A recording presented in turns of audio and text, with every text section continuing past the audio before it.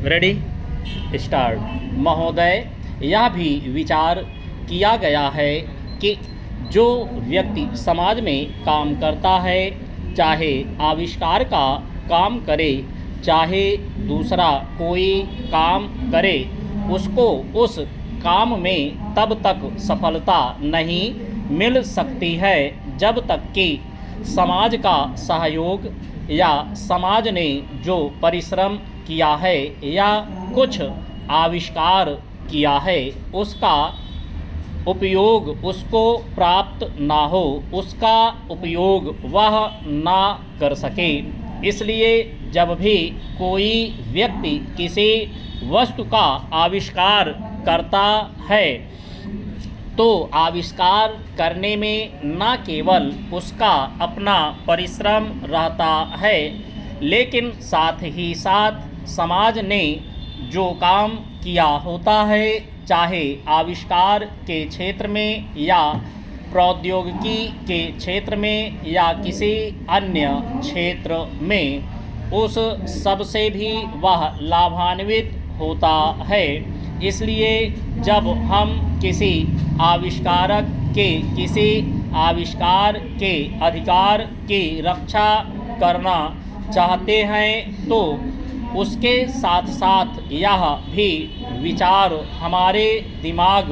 में आता है, जिस व्यक्ति ने समाज की सहायता से आविष्कार किया है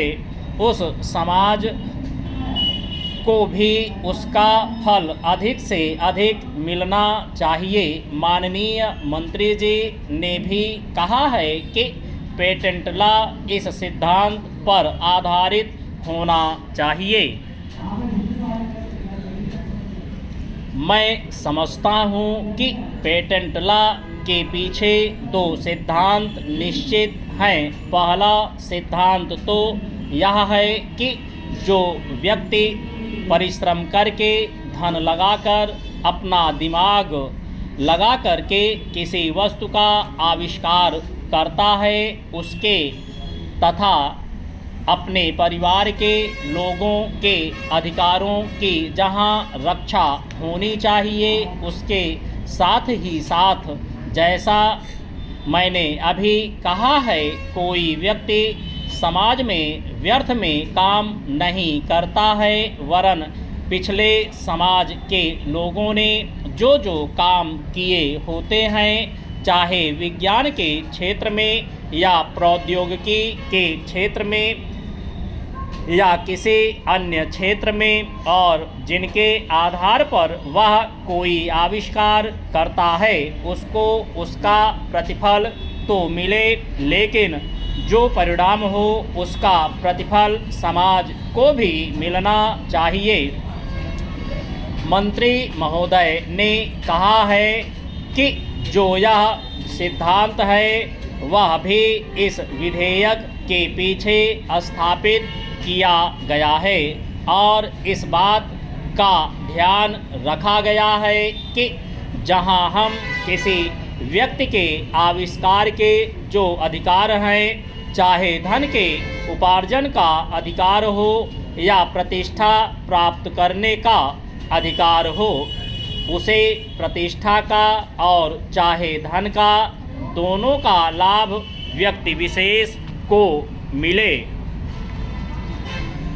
अध्यक्ष महोदय, जिस भावना से मैंने यह बिल पेश किया है उसको विरोधी पक्ष के लगभग सभी सदस्यों ने एक मत से महसूस किया है कि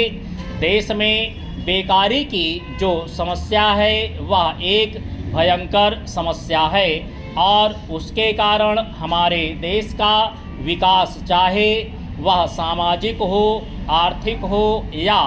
सांस्कृतिक, रुका हुआ है और ऐसी स्थिति में हम आगे बढ़ नहीं सकते हैं। किसी प्रकार से इस परिस्थिति का निर्माण हम पिछले 54 वर्षों से देख रहे हैं। मंत्री महोदय ने यहाँ पर अभी कहा कि राष्ट्रपति इस काम को नहीं कर सकते हैं।